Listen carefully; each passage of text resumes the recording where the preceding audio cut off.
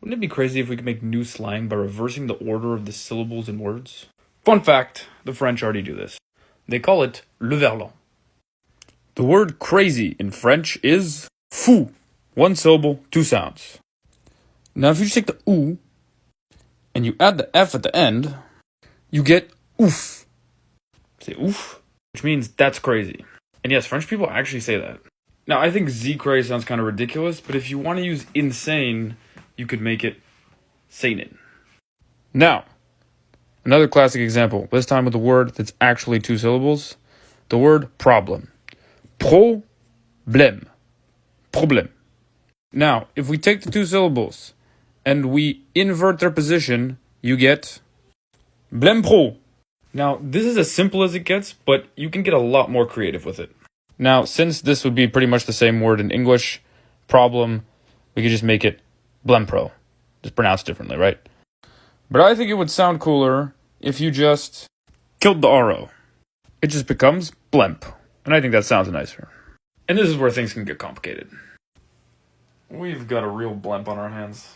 No, I'm just playing. It's not that complicated. But let's have a look. The word for brother in French is frère. So frère. So if we do what we just did for the word problem, it should become refre. But French people decided ref sounds cooler, so they just eliminated the RE here, and this is the word they use for bro. Ref. Now, brother should become thurbro, but we could also just go with thurb. So remember, we're just reversing the order of the syllables or the order of the sounds in the word, and the only rule is that there are no rules. So you can do this in whatever order and with whatever sort of modifications you want. A word that's really commonly used by young people in France is the verlan of the word woman. So woman is femme. But they managed to turn it into meuf. So again, the word's femme, so it's fa, me. The clean inversion of the syllables would give you mefa.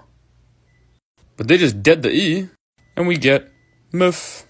Now I think manwo sounds strange because you don't want man at the beginning of the word. So you can just make it namwo if you want.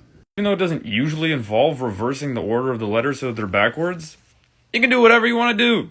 By the way, the word verlan comes from the French word l'envers.